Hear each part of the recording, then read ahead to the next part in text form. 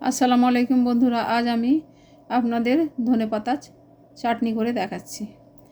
এর জন্য নিয়ে নিয়েছি মিক্সিং বলে আমি 10-12টি রসুনের কোয়া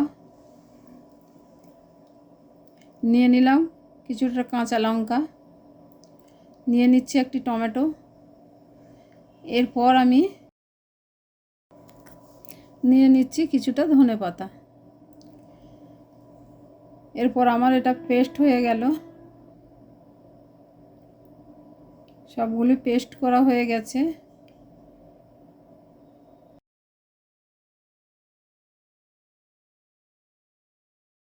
এরপর আমি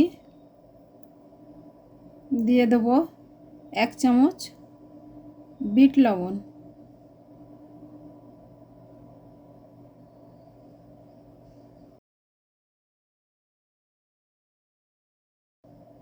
এরপর দিয়ে দিচ্ছি 1 চামচ সাদা লবণ।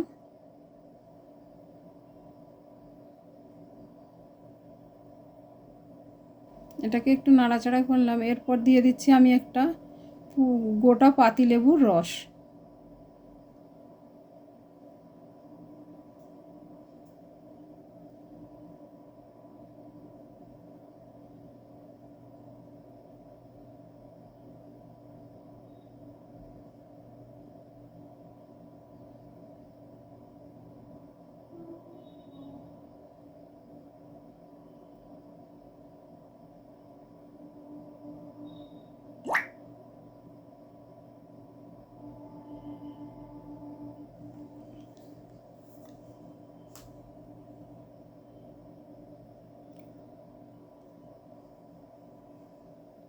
আমার একটা গোটা পাতিলেবুর রস নেওয়া হয়ে গেল।